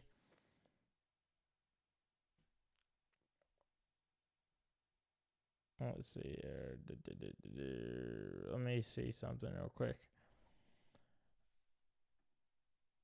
Why you'll never achieve the American dream. What are we at right here? An hour and 15. All right, here we go. I'll segue here. Here's what I'll do. Maybe because, let's see. Okay. Since there's no one in here right now, I'll jump right over to, I'll save. Here's what I'll do. I'll save this for the next stream I do. We can finish this video. If you want to finish it on your own, I'd say go finish it on your own. Give this guy the credit. Stuart Hicks, go watch that video if that interests you. This one we'll get over to in the next stream. I want to show you this clip right here though, real quick. It's been going viral on Twitter today. When you say, by the way, it's Terrence Howard. Is that either he's having a schizophrenic break or he's the smartest man alive and too dumb to know which? Let's see. Rebuild the periodic table. What do you mean specifically? Well, the way the periodic table is laid out, the periodic table they have now, Let's see. it looks like a box. It looks like a straight box. Mm-hmm. But they don't show that hydrogen has the same tone as carbon. What do you mean by tone? Same tone, same key of E. Same key of E, 40.5 hertz. God damn it. I wish I knew what he was talking about. As across the street from a stadium and it's loud. Yeah. It's it's very loud when you live that close to, like, not even just a stadium, but like close to a highway or live close to like a field of any sorts. That stuff, it like wakes you up in the morning, or for you, since it's a field, it probably like keeps you up late at night. A stadium. But yeah, I live in Chicago, so that video was like particularly entertaining to me. And it was hard for me to like. That's another reason why I jumped past that video. It's because that video, I just realized that video was like super entertaining for me that I didn't even almost have anything to say to it. I was just kind of like, like zeroed into it, and I was like zoning out. So I was like, all right, I should move on to something that I can like actually talk about. But this is interesting. This guy is. It's so weird. I like almost. Because they have practice at 8 a.m. weekends and blast. Oh my God, not the practice. Ugh. That's annoying. So you like barely get to sleep. Yeah, hopefully I'll get through my stream quickly here so that you can sleep. The next one would be like 81 hertz. You go to silicon, it will double up and would be 162 hertz. You'll go to cobalt, and it'll be 324 hertz. It's take the angles of incidence or the tones that... What's making this so challenging for me is that, one, I don't know anything about science or chemistry or any of that. I know about the periodic table elements because I took science courses. I don't know these like specifics he's talking about, but another thing I'm taking into account is he's on Joe Rogan. Joe Rogan's the same podcast where people are just shooting the shit. I'm 2 hours behind you. I won't be asleep for a while. Oh, nice. Hell yeah. Let's go. I couldn't remember if Oregon was 2 hours ahead or behind. But now I know. I just think this is so interesting here because it's like Joe Rogan, they just kind of spit shit and say random bullshit. So I'm like, is this guy bullshitting or is this real? They create, their color. Like you can turn color back into sound based upon, it's the same wavelength, it's just twice as long or much longer. So all you have to do is keep dividing light by 2. You keep dividing light by 2 and you'll ultimately get back to the audible sound of it because there was a relation. Dude, this is exactly how Start at 7 for you. That's so cool. I love that. Here's what's so freaking funny about this too, is that like I feel like the average person didn't really know what he was saying. Sure, you could, or you just walk. Wait, what's happening here? What? Okay, this is what I wanted. Maybe we need like the. Wait, let's see. Because here we have this Penguin Zero. Charlie says this guy's not a genius. Talking about it, but then there's this. An absolute journey interview. Terrence Howard spent 3 hours regaling conspiracy-loving podcaster Joe Rogan with claims he's able to rebuild Saturn without gravity. Okay, so this guy is not spitting at all. Rebuild Saturn without gravity, or is he? And has debunked the Pythagorean theorem along with mind-bending theories. Hyping the lengthy sit-down Howard is one of those interesting conversations I've ever had. Rogan posted his podcast episode over the weekend to delight millions of fans who seemed equally enthused about the Oscar. He's an Oscar-nominated actor's wild assertions. Oh, maybe he's not Oscar-nominated for that, though. Howard's conversation with the intellectual dark web charter member. Okay, dark web, that says a lot. Included several eye-openings in which feature a heavy dose of vaccine. I don't like that. Additionally, the controversial Hustle and Flow insisted that a patent he owned but later abandoned in 2010 was the basis of virtual reality technology utilized by dozens of companies today. He also claimed to Joe Rogan that he recalls being in his mother. What? No shot. And the day he was born, I remember being circumcised. I remember the whole 9. What is this guy talking about? Howard's claims regarding physics and mathematics, however, drew the most attention. We're about to kill gravity, about to kill the god of gravity. They don't want that. Howard exclaimed too fascinated Rogan. Do you remember when Joe Rogan thought that like this guy was fighting his dad in a fight? And it was just someone like named Dad or something, but Joe Rogan was convinced it was his dad, like a son and dad fight. Howard then presented the video of the so-called business partner narrated a computer animation model that supposedly showed how linchpins and vortexes were used to create a zero-gravity Saturn. It has rings with no animation continued. Wait, I want to go back to this clip here. Let's see. Relationship between light and color, sound and tone, matter and shape. Walter Russell's periodic table that he put together. Now you compare that to Mendeleev's periodic table, and you'll see something completely different. It's unwinding. Whoa. And you see there's a relationship that hydrogen... So you had figured this out at a young age? I had already seen this. This was all inside of that palace. I had access to it. What? And I knew what the palace? You saw this in dreams. I saw it as a circle. Everything was a full circle laid out.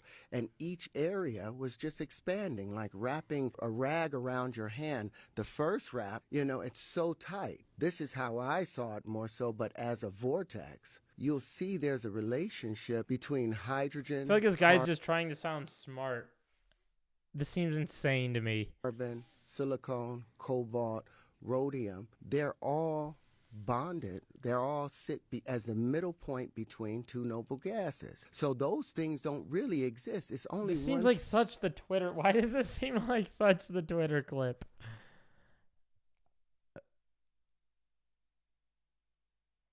Comey was caught and during crossfire hurricane with Trump. I have no idea. He's going to prison if Trump gets back in power. What? Substance. Now, the problem is the first thing that we're able to perceive is hydrogen. That's the first visible element because before it is too dense for us to perceive it. You understand what I'm saying? As you reach into the next octave, the carbon octave, and they call that I don't understand what you're saying. Tone, because the carbon. Wait, what did he just say? Reach into the next octave, the carbon octave, and they call that a bisexual tone. Huh? Because the carbon has two tones to it. It has a negative side and a positive side. The part where lithium behaves, lithium is contractive. Beryllium is contractive. boron is contractive, but the moment you get to carbon, you balance it out. Gets to a perfect balance of plus and -4. So it's a double tone. Nitrogen is -3, oxygen is -2, fluorine is -1. Now the balance of This is just kind of funny to me at this point. I'm not gonna lie. This is just, God, dude. I can't even listen to that anymore. That's so funny. So what did they say about him? As rings in the hexagon that observe the top without dark matter, without dark energy, without gravity, showing that as an outward force, pushing it down creates the planet. Diving into his concept surrounding the flower of life, a name given by New Age spiritualists for a series of overlapping geometric patterns, Howard suggested he was able to debunk Euclidean geometry, specifically the Pythagorean theorem. According to Howard, the main issue with the simple mathematical formula is that ancient mathematicians believed the world was flat, so they used straight lines. What? This is far from the first time Iron Man has portrayed himself as a real-life Tony Stark. Okay, so this guy has a bit of a history. Bring up many unconventional theories. I don't know. I almost don't know what to say about this. I wish I knew more about this guy, but he's clearly making headlines for articles coming out, so I don't know what's up with this. What did Charlie say about it? Ever have been in the history of this species. That is just a fact. People are throwing away any level of thinking and rationality just to believe in the most outlandish garbage imaginable and just falling victim to every scam you could ever possibly drum up. 3 days ago, the stupid man's genius, Terrence Howard, went on Joe Rogan's podcast, and Joe Rogan only piped up for 13 minutes. Stupid man's genius. Minutes out of this 3-hour Arkham Asylum debriefing. That's 13 minutes worth of speaking from Rogan here. The rest was Terrence Howard brainwashing idiots into That's crazy. 13 minutes Joe Rogan. The rest of it was this guy. That is insane, brother. Yeah, because it's like, this is my thing. Whenever you hear stuff like that, I hear it, then later on I'll go back and think about it. And I'm like, dude, like, I never want to believe something right off the gates like that in particular, but I'll go later on and think about it. And I'm like, okay, like, what the fuck was that person saying? Doesn't make any sense to me. Have I heard it before from a group of people? Or am I able to look this up online and find out more about it? And if it's not checking those boxes off, then I'm like, okay, this might be a conspiracy. And then I like debunk it, look it up, and you'll see that, like, oh yeah, this is not true, you know, and you'll immediately debunk it. Thinking that he's some kind of enlightened genius. For almost a decade now, Terrence Howard has gone on this international mission to convince the world that teriology is the future. That's what he calls his logic language. Teriology. Let that just marinate in your noodles up here for a second. You're believing in a guy who's fucking preaching about teriology. So, there already exists so many people that have broken down everything Terrence Howard is wrong. Okay, I just wanted to see what... You guys can watch this Charlie video on your own. This guy's not a genius. That's crazy. Should we see what's up with this Try Guys situation here? We're going beyond the normal streaming time today. A little bit beyond it. I normally stream about an hour and a half. Going a little bit overboard today. It's okay. So Try Guys, are they doing a watcher or Ryman? Duh. What's up, Ryman? How are you? How you doing? Appreciate you being here. I'm just about to dive into. You might have seen the video. You might have clicked on it at the perfect timing. We're about to get into the Try Guys situation. Are they pulling a watcher? Or are they not? I see a lot of people comparing them to the Watcher right now. We're going to dive in together for the first time and see what they are up to. Because apparently word has it they're doing their own streaming service. And they have the streaming service camera set up. So let's see. Last year we made a video telling you that the Try Guys is changing. It was sort of spooky, right? What? Unintentionally ominous. It really was spookier than we thought it was going to be. But we talked about how the Try Guys is changing, and there were going to be changes to come and other announcements to come. And here it is. Here's the announcement time. It's happening. But before we get to the announcements, One really cool thing is that we are 10 years old this year. We've been making content on YouTube for 10 years. Very few people have the honor and privilege of doing that, and we feel we're so lucky. It has been the greatest ride of our lives, and it is all thanks They probably had so much footage they had to cut Ned Fulmer out of. to you. You are the best part of all of this. The community that we've built here, reading your comments, seeing your photos, taking pictures with you, seeing pictures of your cat watching Eat the Menu. I see them. I don't know why your cat's watching either, but I do love it. All those things, they really do remind us how lucky we are, how happy we are, how cool it is that we get to do what we do, and you're the reason we do it. All we care about is making stuff that you truly love. But to get to you, we gotta go through the algorithm. You guys know that YouTube is run by an algorithm, and if you don't know that, then just think about how 5 years ago, whatever you watched on YouTube, the YouTube homepage, it looked different. I'm nervous. I'm really nervous. Where are they going with this? Are they saying that like the algorithm's bad and the algorithm hasn't given them enough views, and the algorithm is why enough people haven't been able to see them? Is that where they're headed? YouTube changes all the time. And as the algorithm changes, creators need to change to keep up with it. That can be anything from escalating thumbnails to fast text on screen to YouTube trying to become the next TikTok or, God forbid, sad couch videos to get your attention. We would never. Lots of creators benefit from that algorithm. We have benefited from the algorithm. But as the algorithm changes, if you don't change with it, you will not get surfaced, which means you won't even see our videos on your homepage. And all this really just means that we're not always able to make. I do think Mr. Beast in particular has algorithm privileges. When you go on YouTube, what's it called? YouTube dark mode, and where you're not logged in, but you just go under the like incognito YouTube or whatever, 100% of the time he pops up, and sometimes like Sniper Wolf pops up. He is just like everywhere in the algorithm, and I think YouTube, if it seems like they're going in this direction of talking about the algorithm is preventing them from being seen by people. And having said that, I think YouTube should implement something for creators, both small and large, where they put the regular like algorithmic creators way kind of like in the back for a week or two at a time to let some other people shine, and then they can bring them back or whatever, to give the creators an opportunity. And I've seen them make that change where they have creators on the rise, and I haven't seen that creators on the rise tab in a while, and it's even sometimes doesn't pop up for everybody. Like if I go right now just straight up to youtube.com, I don't think I will find this creators on the rise tab at the moment. Let's see. I'll go with you guys. Shorts. Okay. Yeah, see, I don't see creators on the rise right now. I see it. Let's see here. No, see, look, I don't even know where that is.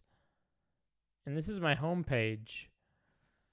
So I don't know why they get rid of that. They should definitely bring that back more often and make it more apparent. But let's get back into this. Make the videos you tell us you love the most. God forbid then a video gets demonetized because, I don't know, I say the word butthole. That did happen. These are all layers that separate us and you. We wanna get rid of them. We want to touch you. Well, there's probably a better way to say that. So moving forward, we're at a crossroads, right? We have two options. We can be successful on YouTube by making stuff that we and you. Hey, I'm gonna say this. His hair surgery turned out really nice. His video is one that I watched before I got mine. I think mine turned out pretty nice too. Look at that. Hair surgery's great. I got it done like right in this area. Yeah, I just noticed. You guys don't truly love, or we can slowly fade away into irrelevancy, making cool shit that the algorithm doesn't care about. So with those two roads, we have been thinking about how. Okay, I'm gonna say this real quickly. Making stuff that the algorithm doesn't care about is a creator's biggest fear. If you talk to the biggest creator on YouTube, they will openly tell you that they will want to make videos, but they can't make them because they're worried the algorithm won't put it around. I find these dudes cringe no matter the case. I keep trying. I say keep trying, bozos. What? Really? That's an interesting take, Slipper. I've never really found them cringe. I just think they have their own audience and they try some certain things. The hair surgery video is one that helped me. There was another one, like they tried like certain fast foods and stuff that I thought was interesting. I don't know. Who's a handsome king with a new bedroom setup? No. I'm out of town. You missed the stream yesterday. I'm actually out of town. So I brought my streaming setup. Also, is this your first stream, Ryman? Appreciate you being here. But this is my second stream while I'm out of town. The new bedroom. It's a new bedroom setup. We just got this room, or my dad just finished building this room where I'm staying up north right now. So I brought my whole stream setup. I've got like, I think I showed it on stream yesterday. I could show it to you again right now real quickly.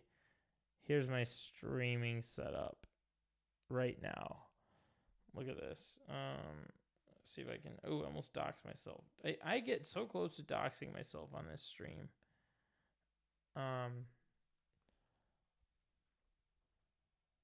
Look at this. This is it right now. I have a TV screen up there. Yeah. So I just kind of used like my dad's workbench and then set up a wooden plank on top of it. Put my laptop here, my mic here, camera there, light there, monitor. Made a little DIY streaming setup. It's nice. I'm pretty hyped. Yeah. Very lucky and privileged to be able to do this. It's really cool that I get to still stream when I'm away. Be back to the normal setup soon. I think I did a pretty good job of setting this up, though. The background looks nice. Got the lamps. Got the little plant over there. Nope. There. Got a new floor in here. Looks nice. Let's do this, though. Love the top TV. Yeah, that's you guys. You guys are on the top TV. Here's my chat up there. How do we pave a new one? Which is why...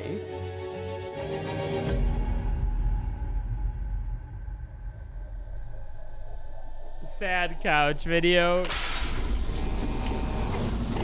Lol. This is the sad couch video when they had to kick Ned Fulmer out. Dude, wait. YouTube used to look like this. Do you guys remember when YouTube looked like this?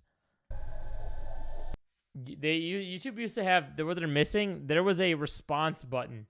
Do you guys remember response videos when you could just hit response and then it would bring up your webcam and then you'd hit record and then you'd hit upload? It would be, and then it would upload as response to whatever video. It was a response button. That was OG YouTube.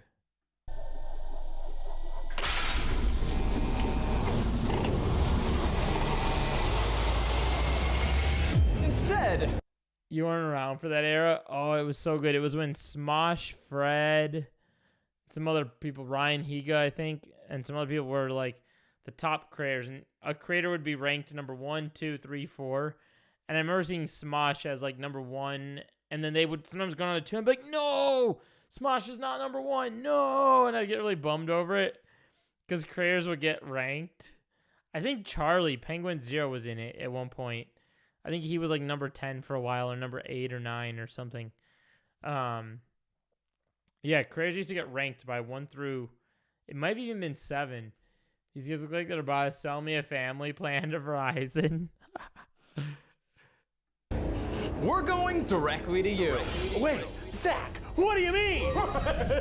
We've thought a lot about what we want our next try to be, and we finally figured it out. Starting today, we are launching a subscription streaming service. Our shows are coming straight to you. No ads, no algorithm BS, no clickbait thumbnails, just the good stuff. Damn. And it's going to allow... Oh my God, so how does this compare to Watcher? Watcher seemed like they kind of shit on their audience the way they did it. From what I remember when I watched it, they weren't careful with their audience and were just trying to take advantage of their audience and manipulate the audience. It wasn't a good look. But now Try Guys is doing a streaming service. Let's see how they plan to do this. I wasn't expecting that either. I didn't think it would come from them, and a part of me wants them to be like, JK, but I don't think it's a joke. I've seen a lot of commentary on this. Us, I'm talking you watching, and us to be directly connected with nothing else in the way so we can make the shows you want to see and nothing else. This is bad. No algorithm. Hee her. Not cake. Introducing Second Try. Wait, I thought Second Try was the YouTube channel. Is it not? Right? Right here? Second Try. What is it then? Let's see. It's a streaming service, and it's available worldwide. It's an app for your TV, phone, computer, tablet, you name it. It's got exclusive new shows, plus bigger and better versions of the stuff that got you watching us in the first place. Oh, Jared. Do you think, okay, question. So do you think that larger creators are going to start doing this as they become bigger on the internet? They're going to be like, well, YouTube's not for us, and move on to streaming? Like, not streaming like the streaming I'm doing, but the streaming services? Because I feel like I don't want them to do that. I come to YouTube to watch YouTube. Like, I'm not a Hulu guy. I'm not a Netflix guy. That's how I fall apart with people in real life. People are like, oh, you see a Netflix show? I'm like, no. I saw the YouTube show, not the Netflix show. That's the best thing I've ever tasted. Wait, is that Rosanna Pansino? That is her. That's the best thing I've ever tasted. Now, we're not leaving YouTube. You're still gonna get all the free stuff you're used to seeing right here. But on Second Try, you're gonna get early access to old favorites. Ooh, uncensored content that YouTube won't allow. Oh, exclusive. Uncensored? What is it that they're doing that YouTube is censoring? Wait, what? Huh? Some new stuff just for you! It's got all your favorite Try Guys shows, plus some great new ones too. Why couldn't they just open up a Patreon or have a Patreon for that stuff? Or maybe they already do. I guess they're just using it as a way to incentivize people to watch to like convert watchers maybe. I think if you're not big brain, you'll keep making content you're passionate about and not Jay Leno all over YouTube. Yeah.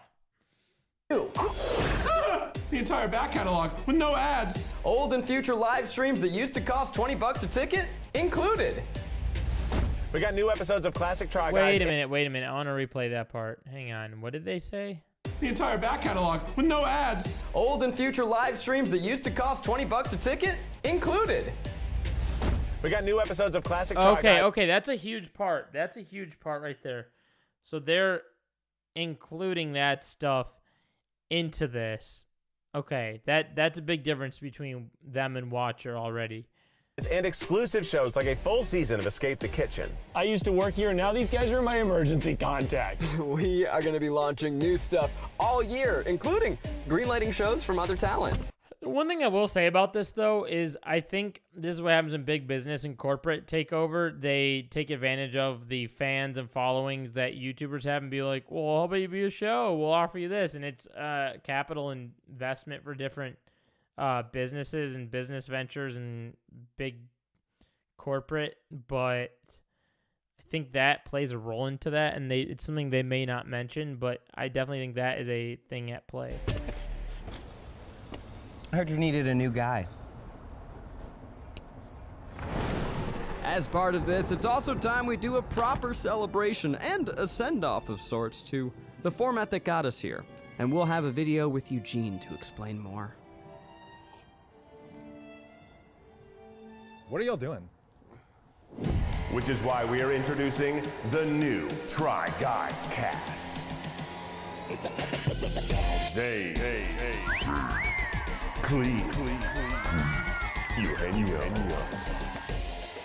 Jesus, what is happening here? Nah, it's still us.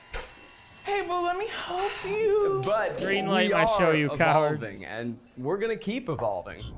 But of course, if you've been watching, you already know. The Try Guys is much more than just the two of us. So we are officially expanding the cast, and we're gonna keep growing and working with new friends. So far, I'm gonna say I don't like this. This might not be a good take, and I know they're doing this in better faith and better, moves than Watcher, but I don't like this. This doesn't make me feel good about them. I want to see what. Whoa, there is quite a lot of dislikes on this. Look at this. 5.8K dislikes. That's kind of a lot, actually.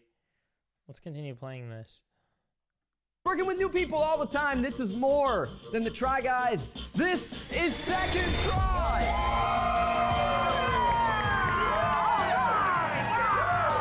You can sign up right now at secondtry.tv. We got tons of cool stuff for you to watch this very second. And if YouTube is... Can we go over there for a second? Secondtry.tv. Let's see.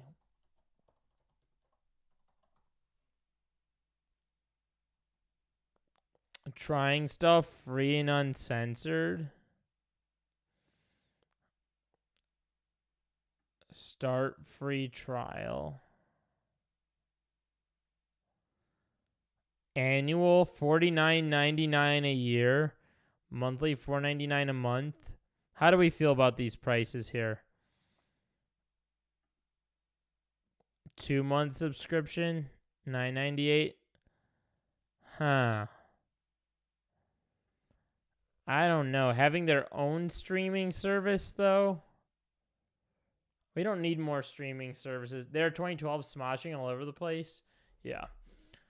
Why do we need... Let's see. Browse. What is on here? Our next big try. Is this the video? That's the video we're watching right now. Salt baked branzino versus ravioli.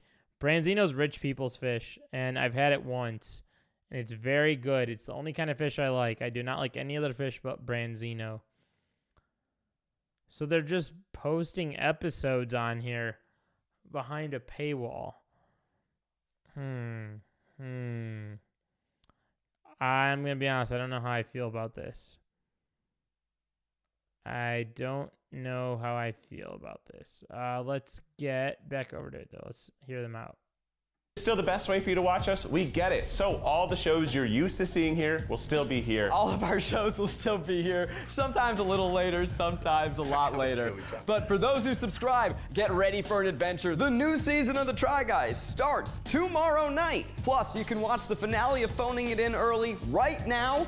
New shows start next week with the premiere of Trolley Problems. Go to secondtry.tv to sign up. And this week only, use code WELCOME20OFF to get 20% off your subscription. The team has been busting their asses to make this the best it can be, and we couldn't do this without all of you watching. And here is to the exciting journey ahead. Here is the second try.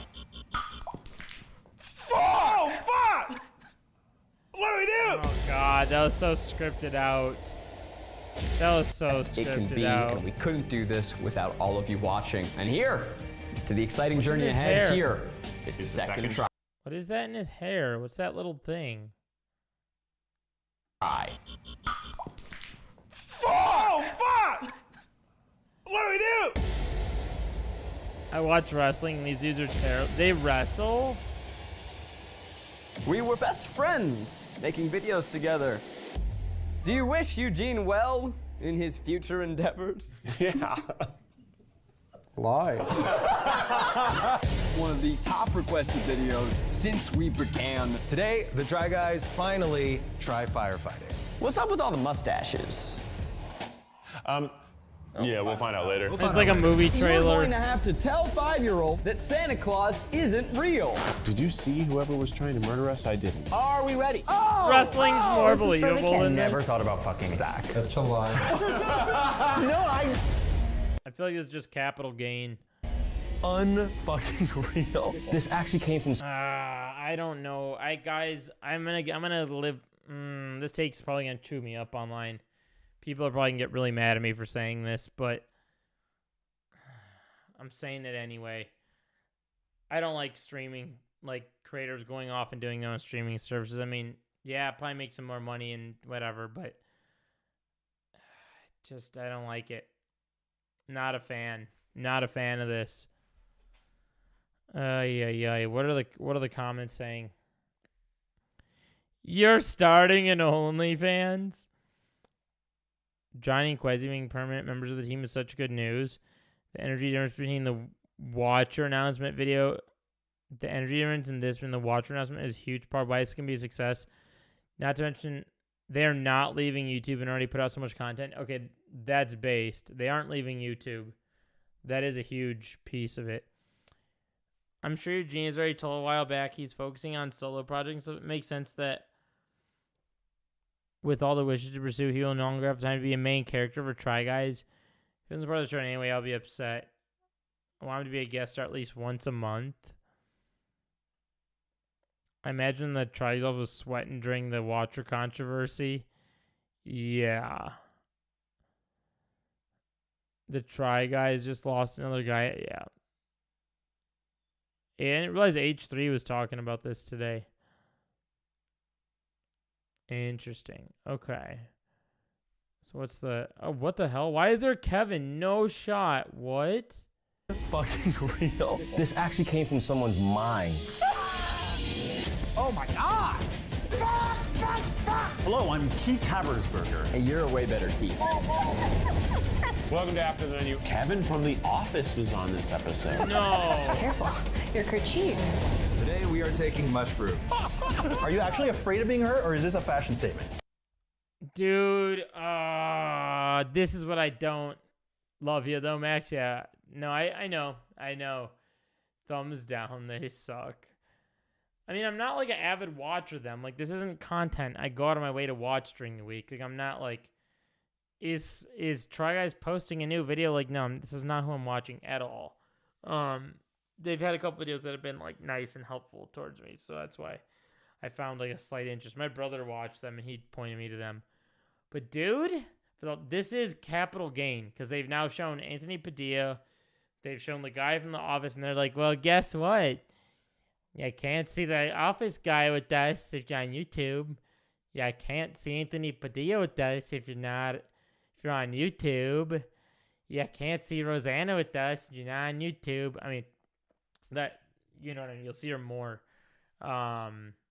She's been in other videos, obviously, but you pick up what I'm putting down. In life, I'm very afraid of getting hurt. I guess I'll just kiss a dog in the face. God, what does that sound? I hope the thing we're remembered by hasn't happened yet.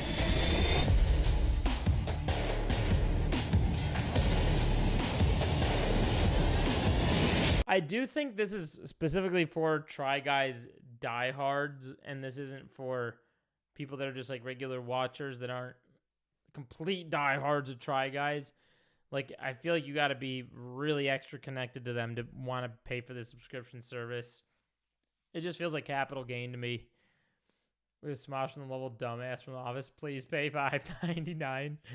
Yeah. Well, I think what they're trying to say is like, beyond that, they're being like, look, we have other creators that you know, plus big stars from big TV shows that you've already been familiar with.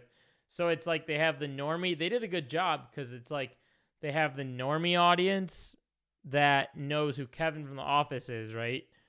But then they have like the online audience that knows who Smosh is, but the normies don't know who Smosh is. So it's like I've always said this, when you can get the normies watching you online, you know you're doing something right. Like, normies will watch Joe Rogan. Not that I like Joe Rogan. I think he's doing everything right. He's got insane takes. But he's an example of someone that has like normies watching him. And he's now like one of the biggest podcasts watch. You're describing wrestling? Yeah, exactly. Normies like wrestling. Am I still watching this channel? What? I almost got kicked. It almost booted me out of my chat. Yeah, so as long as you can get like the normie audience and the online audience, you're in good shape. You're going to get a ton of followers, ton of viewers. And that's kind of what they were trying to get out of that. Like, look at this. It's kind of cool. You should hit the $5.99 button. But yeah, that's my take on this Try Guy situation. Sorry we didn't get to everything tonight. We got to the Try Guy situation here. We looked at the Charlie Moist Critical thing real briefly. We looked at the conspiracy guy. We need to come back to why we'll never achieve the American dream. We'll get to that probably in the next stream or next. Maybe if I do like a Sunday fun day type of thing, we'll do that.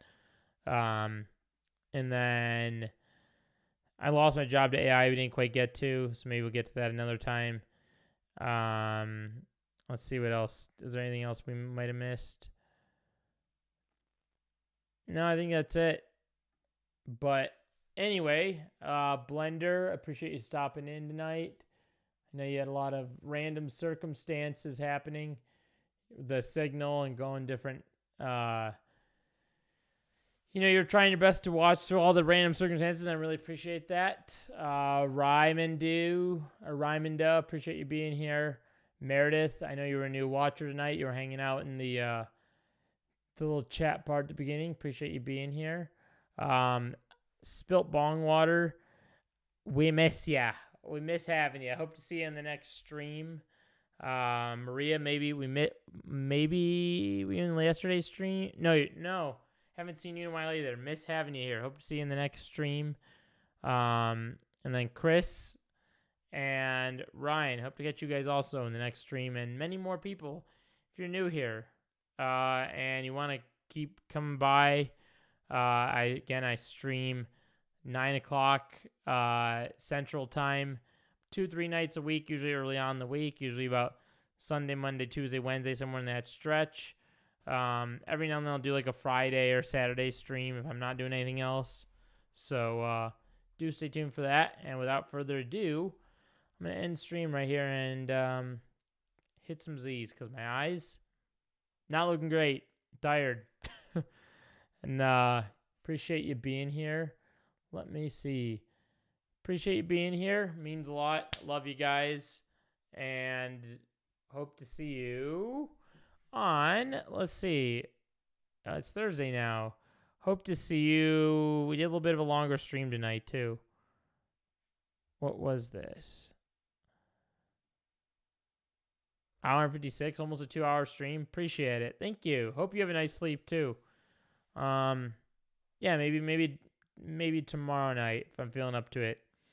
I'll try to get on here. So should be more drama, more fun, more chatting, and we'll catch you guys later. Peace.